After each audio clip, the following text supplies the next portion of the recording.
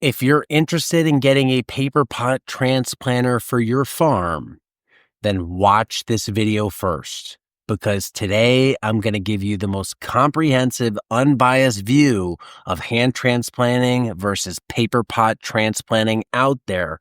So at the end, you'll be able to decide whether this investment of thousands of dollars is worth it for your farm or not. That is what we're talking about today on Modern Grower. Welcome, everyone. I'm Diego, D-I-E-G-O. For the past 10 years, I've podcasted.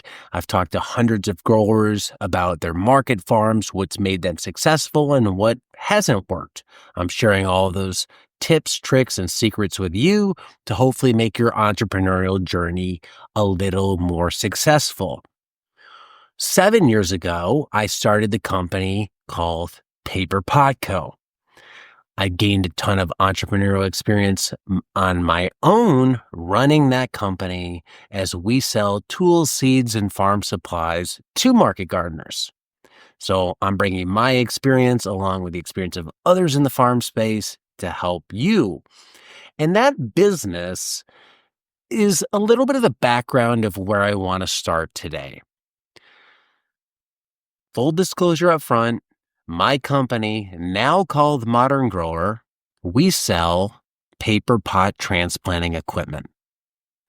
We're one of the first people to import it into the US, not the first, but one of the first when we started bringing it into the country in 2017. Once we started bringing it in, we really blew it up in a good way. We've sold thousands of them, and it's now became a standard operating equipment on many small-scale farms around the U.S. Prior to 2017, it existed in the U.S. It was just more obscure. We really brought it mainstream, and now there are several companies out there that sell some version of the paper pot transplanter. They're all a little different looking, but at the end of the day, they're pretty much going to do the same thing. This isn't equipment review. This is more going to focus on the why or why not of the paper pot transplanter, but I want to put that out there. The very first thing I want to talk about is whenever you decide to buy something, and in this case, it's the paper pot transplanter or hand transplanting. That's the two things we're comparing. We're not going to compare the paper pot versus direct seeding. It's hand transplanting, meaning taking something from a cell tray and putting it into the ground by hand, or doing it with a paper pot transplanter. You need to really consider the magnitude of the effect that you're after whenever you purchase something like this. Why are you doing it? What's the goal, and how big of an impact does that need to make on your farm, your life, or how big of a goal does that have to hit? A lot of people just buy things to buy them. I don't think they know why they're buying them.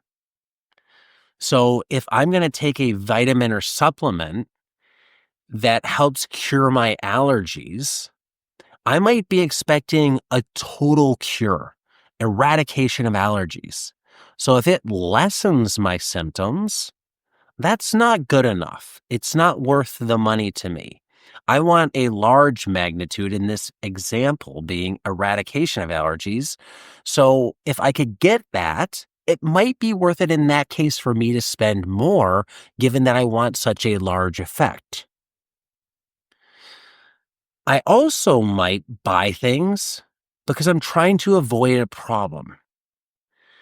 This is an extreme example, but if you couldn't hear and you could buy a device that could give you hearing for the first time in your life or restore your hearing, how much would you pay for that? Most people would probably pay a lot of money for that because the huge lift in their life, the problem that they're solving is extreme. This will come into play with the paper pot because some people physically have trouble hand transplanting. So if that's a big problem in your life, then coming up with a solution to solve that problem is worth more than somebody who's more able-bodied. Similarly, If you have limited labor on your farm and a paper pot transplanter enables you to do more faster with one person, then that might be a good tool in your context compared to somebody who has a huge family that they force to work on the farm. Wants to work on the farm, or a large labor force. So these two things are critically important. You have what's the magnitude of the effect that you're after, and what problem are you trying to solve in your unique situation. So when we look at hand transplanting and paper pot transplanting, there isn't a right answer. There's no better. It's what's better for you. Just as in fitness, there might be universal truths about, lifting high reps or hitting a critical volume of weight helps build muscle. But you could do that with pull-ups, you could do that with free weights, you could do that with cables. What works with your body shape, the equipment you have, the time you have. That's how you need to think about this. Because there's definitely dogma out there around both of these methods. This way's the best, that way's the best, this way sucks, that way sucks, it doesn't work. And I'm going to try and avoid the dogma and give you the straight up facts so you can make the right decision. I promise you this will be an unbiased, right down the middle presentation. If not, you get your money back for this video. And I'm going to try and make it more comprehensive than anything out there, taking into account all the feedback that I've seen over the past 7 years, because we've sold this longer than most people in the US, and we've dealt with more people in the US than I think any retailer out there. So I have a lot of feedback, good and bad, about this, and I'll share it all. Both of these systems have been proven for decades and beyond. Hand transplanting, people have done that since the dawn of time. It works. We don't have to prove it.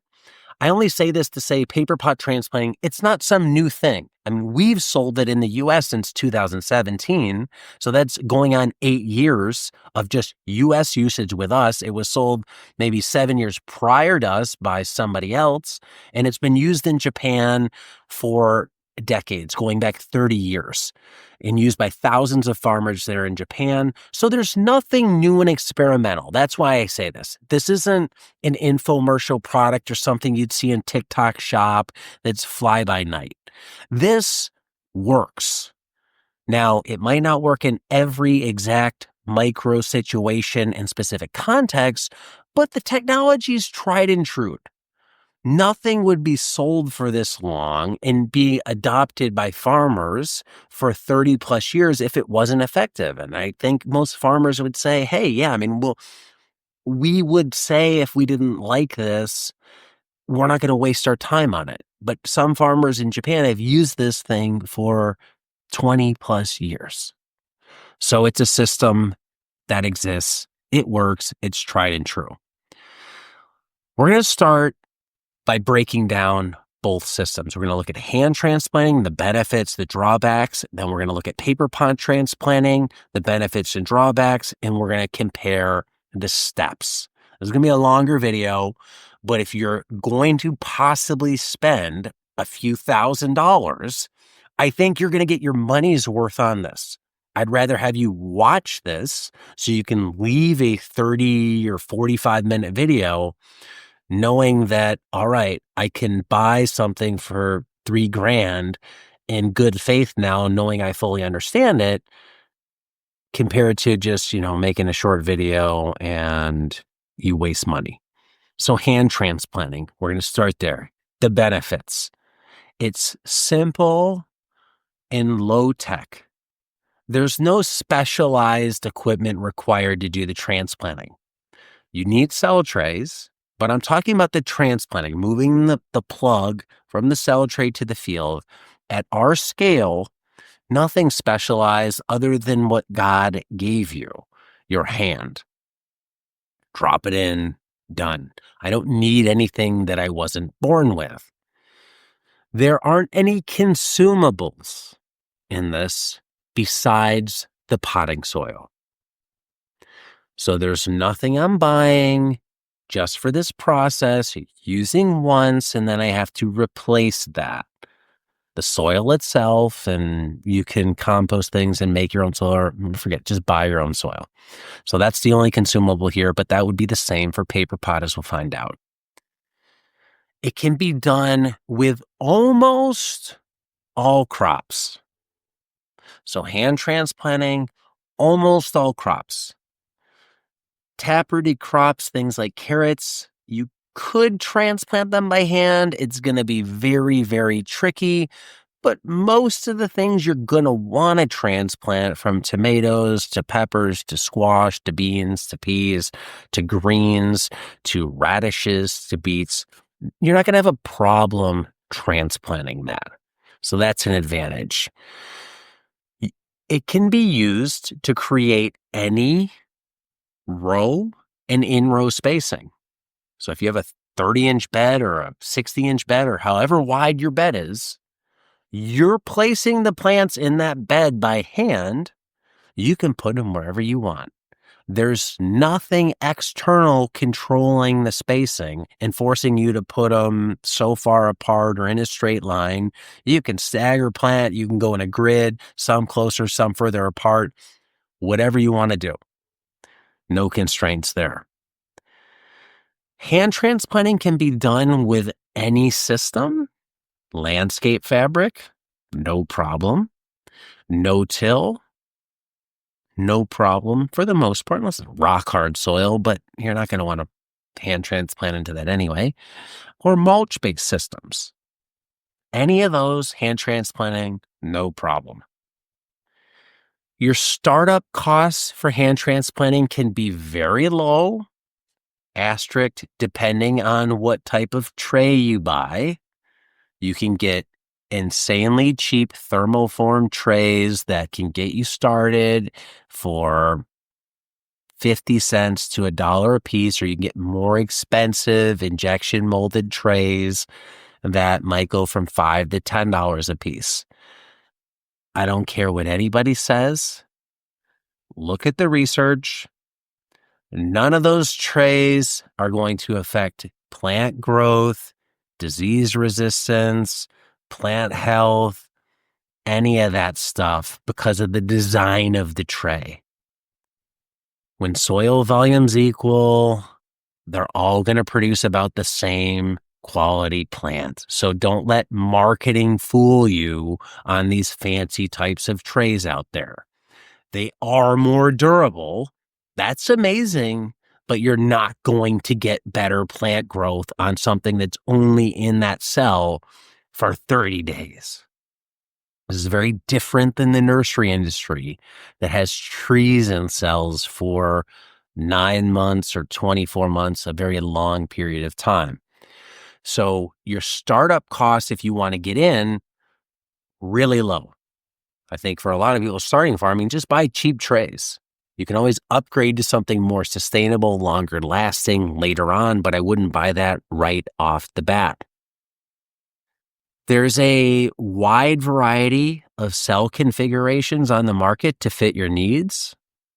So 72 cell, 50s, 128, 200s, different shapes, round, square, different tapers, different heights. You have choices. You're not constrained by limits. They're all usually on a standard 10 by 20 footprint.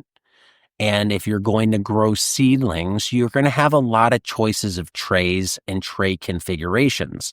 That's an advantage if that's important to you. As you gain experience, you find, oh, lettuce is great in 200s, but I like to start my tomatoes in 72s. You have some optionality there because of the large amount of trays out there.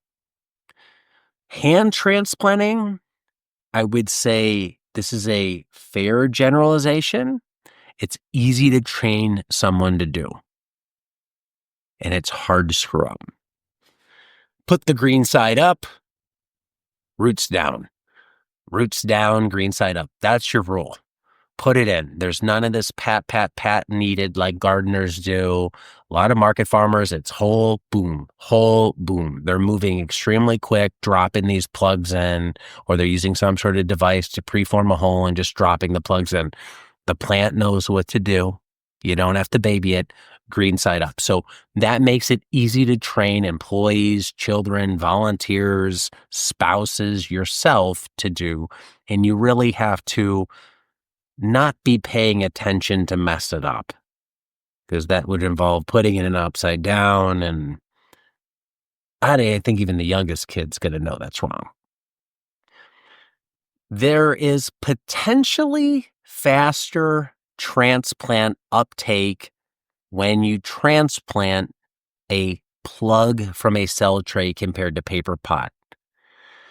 Plants and paper chains can take 1 to 3 days longer to adjust to field growth versus plug trays or soil blocks.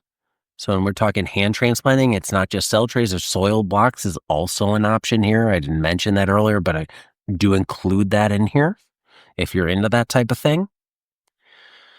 So what growers find is there's less transplant shock. There can also be potentially less disease issue with cell trays because plants are segregated by plastic. This plant and this plant in a cell tray, the soil's not touching each other. The foliage might be up top, but the soil's not. There's plastic all around it, and pathogens or fungi can't go through that plastic. When you have a paper chain, you have one plastic tray that holds the whole chain, 264 plants in it, and all those plants are touching each other with just paper in between, and paper is not plastic, so fungi and other things can go from one to the other if you did have a disease issue, which I have heard people having from time to time. That being said, these are issues, but I don't know how big of an issue they are. I don't think they're huge issues for most growers. That additional time for transplant uptake, it's a thing, but the benefits of it could offset that. And I don't know that it affects yields or anything like that at the end of the day. Nonetheless, I do want to note it because it's a concern that has came up. The drawbacks of hand transplanting soil blocks, cell tray plugs. This is the biggest drawback. It's extremely labor intense. It's time consuming. I hear some people say and watch comments on video or read comments on videos, I can transplant a 100-foot bed in 5 minutes with my kids and stuff. That's insane. Not happening. Especially if I guess if you have enough kids and you're not paying them, it's great. But transplanting, think of this. If you have a 100-foot bed, 3 rows per bed, 6 inches apart, that's 600 plants per bed. How fast can you physically put them all in the ground and move yourself along the field? There's a human limit to how fast you can do that. And like most things, whether you're doing an exercise or transplanting, you can usually start at a certain pace, and then as you go on, your pace is going to go down. You can throw more labor at it, but that comes at a cost. So if it's just we're talking one person, this is the big drawback of hand transplanting. If I have to transplant 1, 2, 3 beds, I'm looking at 1 to 2.5 hours to do that transplanting out of my day. And it's going to be, I don't want to say it's intense work. It's not like digging a ditch or moving compost. It's physically hard in a different way because you're in a weird position. You're standing up, right? And the plant needs to get into the ground, so it's down by your feet. You're not going to bend over 600 times. So you're either working on some sort of straddle the bed and I'm bent over the whole time, or you're on your knees or some other system. This is where the wear and tear comes in. It's just challenging for people. I'm 6 foot. I'm in my 40s. I'm reasonably physically fit, but doing that alignment, those ergonomics, they just don't work for my body. Other people probably have no problems with it. So if you're taller, if you're heavier, if you're more out of shape, if you have physical issues, this can be a big problem. And often it's the reason why people don't transplant or they pay someone else to do the transplanting, because what better rule in business? If there's part of the business I don't like doing, I'll just pay somebody to do it. So it is labor intense in terms of time, and it's labor intense in terms of physical wear and tear. There's also a mental cost. This is one of those things I don't think anybody loves it. I would be willing to bet if you polled most farm owners, most farm workers, transplanting, probably harvesting too, would not be high up on their lists of their favorite tasks. They're repetitive, they're weird positions for your body, and they take a long time. No one's excited to do it. Well, maybe the first time in the spring, but they're not excited to do it the 50th or 60th time that year and then do it 3 or 4 times that morning back to back. That's the reality of it. It's just daunting and it wears on you in a way that little things can wear on you. The other issue with transplanting is you can't scale it without adding equipment. I can hand transplant on a 25-foot bed, a 50-foot bed, a 100-foot bed, maybe a 200-foot bed. But if you have 500-foot long beds, that starts to get beyond the scale of hand transplanting, at least in the US, where labor is expensive. And you have to bring in other equipment, water wheel transplanters and other things that hang you off a tractor. So there is equipment out there, but it's a different scale. Now we're talking a whole different operation. So hand transplanting only scales so much. Plant placement, while you have ultimate flexibility, it also relies on worker precision. Now, there's a variety of tools you can get out there to put little marks on the bed to ensure that people put plants in the right spot, but it still requires somebody to follow instructions. And one thing you'll know if you have employees is even clear instructions sometimes aren't always followed. People get tired. People just miss things. Humans make mistakes. I don't think this is a huge negative, but it is a potential drawback that plant placement does rely on worker precision. That's hand transplanting. If you're a new farmer, you need to think about these things. The main things I would think about are the labor involved, both the time it takes to transplant, 100-foot bed, let's call it around 60 minutes.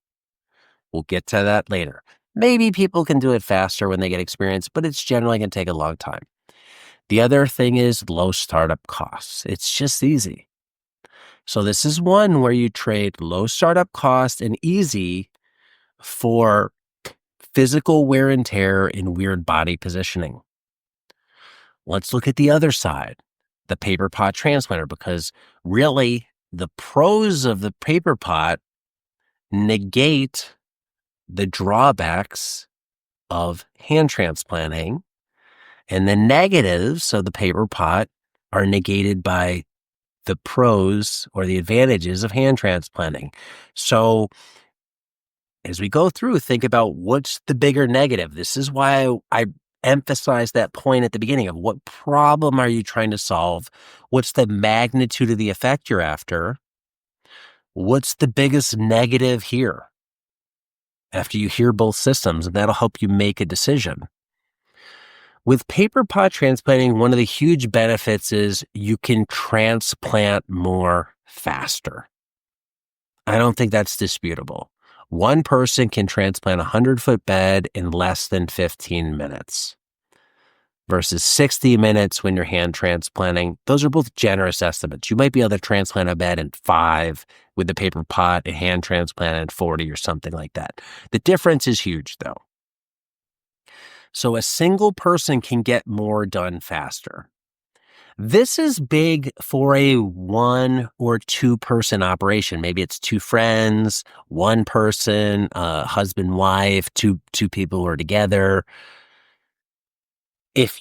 When you're a single person operation, maybe doing this on the side, you only have so much time. I got out of work, I have to transplant, before it gets dark.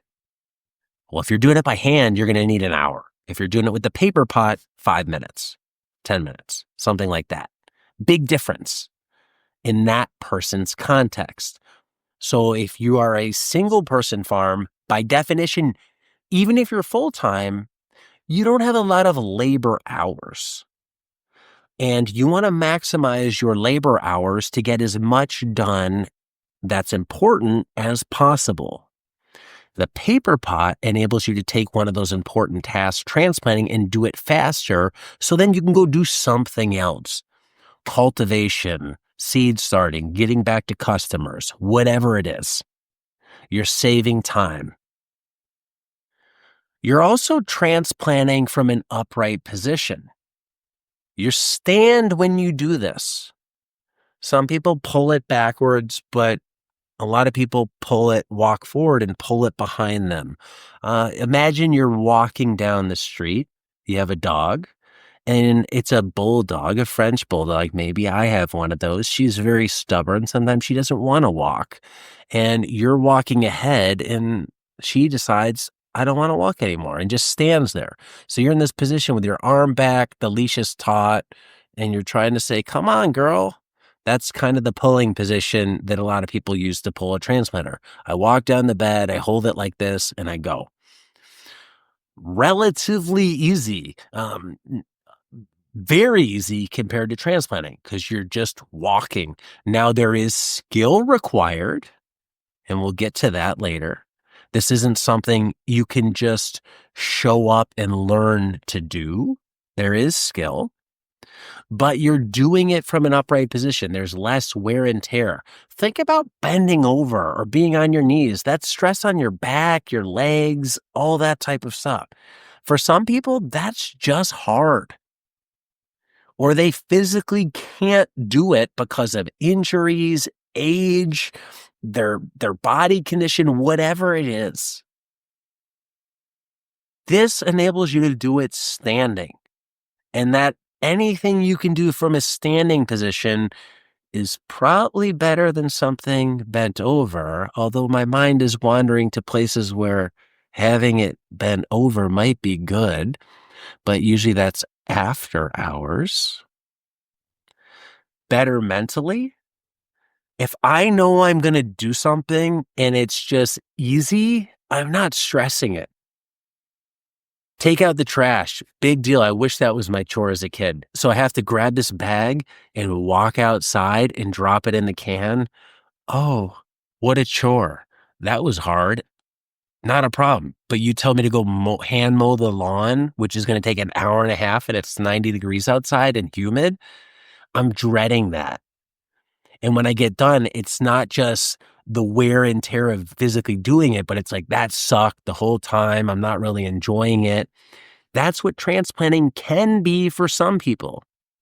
So you're not getting any of that wear and tear. If you have to do a series of beds that you have to transplant, it's like I can finish this in half an hour versus I can finish this in 2.5 hours. It's a different mentality to how you approach it. And that matters to some people, especially entrepreneurs, farmers that are one person and they already have a million things to do. Let's take one of those million things and make it physically easier, mentally easier, and faster. The other benefit or another benefit of paper pot transplanting is guaranteed in-row spacing. The paper pots are joined in a chain. So there's a plant here, and there's a strip of paper in between them. that paper is a set length and it's the same between every single plant. When you transplant, you pull the chain taut, thereby controlling how far apart the plants are. There's no way that a plant could be closer or further apart given the chain itself. Cost. This is a big thing. Cost, it can be cheaper to use the paper pot transplanter, even considering the consumable costs, which we'll get to. If your labor cost, that's your hourly cost plus the labor burden, is over $25 an hour. It's around that point where it becomes cheaper to paper pot than to pay somebody. So if you can get somebody to transplant for free, meaning your kids, you're going to win with hand transplanting. If you're paying somebody on a farm $12 an hour, which I think people still do in parts of the US, I don't know how anybody survives on that much money. But you're going to be cheaper to do it hand transplanting than paper pot. But when labor starts getting up there, 25 or above, it's going to be cheaper, even factoring in the cost of the chain pot by using the paper pot. And I'll do a future video on paper pot math. Those are the advantages of using the system, but the system isn't without its drawbacks. It's not a free lunch. There's definitely negatives. There's a lot of them. How big are those negatives? How much should you consider them? Well, that's up to you. They may or may not be a factor in your decision. The first drawback is paper pots are consumable. You can only use them once. Every paper chain, it's 264 plants. Once it goes in the ground, that's it. You have to buy a new one next time. It comes out to around $15 a bed, depending on the crop, maybe a little less, maybe a little more, because there are different paper chain sizes. There's 3 of them. So depending on what you're looking for, but it's around $15 a bed in cost of consumables. Not that much at the end of the day. If you can grow 40 pounds of salad mix and sell it for $10, that's $400 in revenue. To spend $15 on paper chains, it may sound expensive, but $15 in expenses versus $400 in revenue, it's not that big of a deal at the end of the day, but it is consumable. It is something you have to buy. It is something that you have to buy from a narrower supply chain. There's one company in the world out of Japan that makes these. Their name is Niten Paperpot. There's several people that import them into the US and other countries, but one company makes them, and they're a huge company because their parent company is massive in Japan, and there's no reason to think that they're not going to go away. But hey, we saw what COVID did to the world, crazy things. So there is a narrow supply chain. If things were to go wrong, this could create issues. It requires specialized equipment. Hand transplanting didn't. It's just your God-given hand, which can do so many things, including pleasure. This requires equipment, though, to do that hand transplanting for you. So you're going to have to purchase that, store it, maintain it. Not that there's a lot of maintenance involved, but you got to clean things off. You got to keep them inside. So you have to do those things. Your setup costs are relatively high compared to hand transplanting. You could buy really cheap cell trays and start hand transplanting for $20. The paper pot system, depending on what you want to get, you're $1,000 into it, probably at the low end, maybe up to $2,500 if you start adding on accessories to make seating and things like that a little bit easier. So there is specialized equipment, and that comes at a cost. So you have to front that money, and then hopefully that money either pays itself back over time by time savings if you have higher labor costs, or it just offsets the problem, like I talked about before. It may be worth it to you if you've transplanted for many years and you say, I can't do it anymore, I hate it.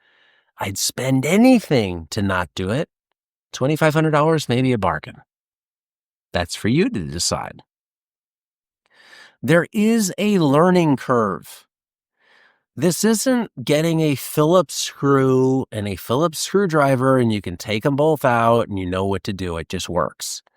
It's like anything that requires skill, whether that's learning a new video game or learning how to use a chef's knife really efficiently to chop up vegetables or learning how to grill meat, whatever it is. Many things in life you can't just pull out of the box and have it work perfectly. It's not a TV. You just don't turn it on and then that's it. There is nuance and you're using it in a non-standardized situation. The soil on your farm is different from your neighbor's farm that's different than somebody else's farm. So everybody's soil is a little different in terms of organic content and the amount of rocks, the amount of clay, the amount of moisture, the amount of tilth in it. All those things are going to affect how the tool works. So you're going to have to navigate how that would work. And I would expect that to be the case for anything. I mean, that's most crops that people grow. Johnny's breeds some amazing lettuce crop, and they might breed it in Maine, but if you try and grow it in California, you're going to have to play around to get it to work in your system. And it may not work in your system, but it's going to work in most cases. So there is some learning curve there. And that learning curve also means it's harder to train employees to do it. Because it's not just pick it up and use it. It's not just, oh, here's scissors, cut this thing. Here's scissors, cut this thing. There's more skill to it. There's nuance, like how much you push on the transplanter, how much you maybe lift it as you pull, how you adjust it. What are you looking for? What does your soil need to be like? There's all sorts of little tips and tricks. It's not a pull it right out of the box tool and expect it to work perfectly on your first try. I often advise people who are new to the system, just pull it down some empty beds with nothing in it at first just to see how it works and get a feel for pulling it. But there is skill there. Paper chain pots don't decompose quickly. It's a longer time scale, not in a season. So if you don't want to till them in, and some people don't like the look of paper, you're probably pulling that out after every crop. That's an extra step in the process. Where if you're hand transplanting, a lot of people just harvest the crop. Maybe they mow it down and leave the roots in the ground and they're on their way. Maybe they till it in. So there's different ways to manage, but a lot of times with paper chains, people are pulling the chain out of the ground because it doesn't decompose over a short crop cycle. It might over the long term, meaning years, not months or weeks. So you probably might want to pull it. You can't do this with mulch. You can't do it with no-till. You can't do it with landscape fabric. If those are systems you work on, not the system for you. There's no ifs, ands, or buts about it. It's not compatible. If you have very rocky or heavy clay soils, not going to work. This doesn't mean you need to have the most pristine soil that's loose and loamy, but you need to have workable soil. I describe this soil that flows. If you could put your hand in the soil and drag it, you should be able to drag your hand relatively easily through the soil. If you can't even get your fingers into the soil or you get them in and you pull and they won't move, I would argue that's maybe not even the best soil to be growing in the first place. But you do need to have soil that's worked in the top 2 to 3 inches. It doesn't mean you have to till. It just means it has to be loose. And that looseness is going to help in other ways too, with just enabling plant roots to spread out more evenly, water to uptake more evenly. And there's other advantages to having a looser soil. The paper pot system works great with most short DTM crops. A lot of the common market garden crops, lettuce, root veg like radishes, beets, turnips, herbs. but it's not going to work with larger transplants or long season crops, squash, tomatoes, cucumbers, things that you would traditionally transplant, peppers, eggplants, that type of thing. You're also, once you get beyond a standardized spacing of 12 inches, you're not going to use this. But a lot of the crops you'd use the paper pot with, most people transplant at 6-inch spacing anyway, so that's not a concern. But you can't do, 15-inch spacing or 11-inch spacing or some of these weird spacings if that's what works in your system. So those types of crops, those types of unique spacings are drawbacks. Now, I think there are some push areas where both systems they balance out. One is nursery operations. They're effectively the same. If you fill a paper chain with soil and seed it and germinate the crop for 30 days, you're doing about the same amount of work as if you fill a cell tray and germinate that for 30 days. Some people might argue, it's a little faster to fill a cell tray, but we are nitpicking here. They're about equal. This is not a buying decision criterion. Both do require specialized nursery trays. The paper pot system requires paper pot trays, which are larger than 10-20 trays. The US has really adopted this 10 by 20 standard pattern. The trays for the paper pot are a Asian standard, which is about 12 inches by 24 inches. So that's non-standard. You can't just use your 10-20 trays that you probably have laying around. You're going to get these other trays for it. And they can, I don't want to say only be used for the paper pot, because you can't put soil blocks in them. You can't grow microgreens in them. There are some other uses, but you have to get these specific trays. Just like with cell trays, you have to buy cell trays, no matter if they're cheap ones or expensive ones. And if you do soil blocks, you have to buy the block maker and then some sort of tray to put the soil blocks in to move them around. Training. Both are complex and different. There's certain knowledge and skill required by both. I think transplanting by hand is generally a little bit easier, but there are nuances to it to get it right in terms of your germination and all that in cell trays. Same thing with paper pot. So in the nursery, you're going to have some unique knowledge involved in both. Both hand transplanting, paper pot transplanting are more time and labor intense than direct seeding. So this goes back to one of my rules of market farming. If you can direct seed and get good in-field germination, always direct seed. If you can't, then you look at these two, but neither one of these options are going to be faster or cheaper than direct seeding with a seeder. So that could be a consideration, but I don't know anybody who just direct seeds everything. I think unless you're just growing lettuce and radishes and things like that, you might be able to get by with just a seeder, but you're probably going to have to transplant some crops, tomatoes, longer season crops. Salanova is a transplant. You're not direct seeding that. So you have to do that somehow, but not going to be faster than direct seeding. So if we compare the steps and we start to look at these, A versus B. Let's look at hand transplanting first. So I'm going to go through the whole process. This includes the nursery operations through transplanting. I think that's going to take you about 120 minutes. That includes filling your nursery flats, seeding the trays, tending to the seedlings for 30 days, a little bit today, a little bit tomorrow, marking the bed, putting your seedlings out on the bed, because that's what a lot of people do. They bring the tray out and then somebody pulls all the plugs out and sets them down by the marks, and somebody else comes in and just plants.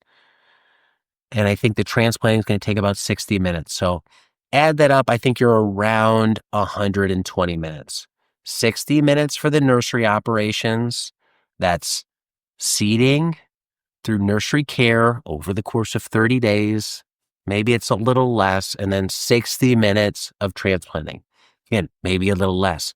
Paper pot, 75 minutes. I'm going to give them the same 60 minutes in terms of nursery operations, because you still have to fill the flats, seed them, tend to them. You're probably going to mark the bed, and then you're going to do your transplanting. And that's going to take you 15 minutes. So where you're really getting your time savings with the paper pot versus transplanting is when you put the plugs into the field. I don't think you're saving any more with hand transplanting or paper pot transplanting in the nursery. Some growers may argue that, but I think it's a nuanced difference. I think we're talking about small amounts of time. The biggest time difference is when it comes to transplanting. And the paper pot will be for sure faster. Those are the pros and cons of hand transplanting and paper pot transplanting. I hope you can now understand why you might choose one over the other. Hopefully you'll see there's no universal right answer, because there's not. And I'm somebody who sells the paper pot. I would love to have conversations with people who are interested and tell them, hey, this isn't the right system for you. I'm not trying to sell someone something that they don't need that's not going to make their life easier, because the reality is the paper pot system isn't right for everybody, but it is perfect for some people. And you can use these criterion to figure out if the paper pot is perfect for you, or if you should just forget it altogether and go with hand transplanting, because that might be perfect in your context. Think about your needs. What's the problem you're trying to solve? What's the effect you're after? Think about your constraints, physicality, time, capital, and use that to make the decision. The great thing about hand transplanting is you can always start there. It gives you an easy route into farming. It's cheap to get started. Start with cheap cell trays and use those. And then get your farm rolling, get some sales going, gain some experience, and then you can decide, one, do you want to upgrade to more durable trays? Or two, is the paper pot going to solve some problems you're having with transplanting? But don't think you need to start there just because people sell them or your favorite farmer uses them, because you don't. Oftentimes in business, the best solution is the cheapest solution, and it's the easiest solution and the most obvious solution. And for many people, the easiest, most obvious, cheapest solution is hand transplanting. And for everybody else, there's the paper pot transplanter. If you want to learn more or have questions, let me know in the comments below. If you want to check out the paper pot transplanter, we sell the original one from Japan. That's available at shop.moderngrower.co. Link below. Thanks for watching. I hope you enjoyed it. Until next time, be nice, be thankful, and do the work.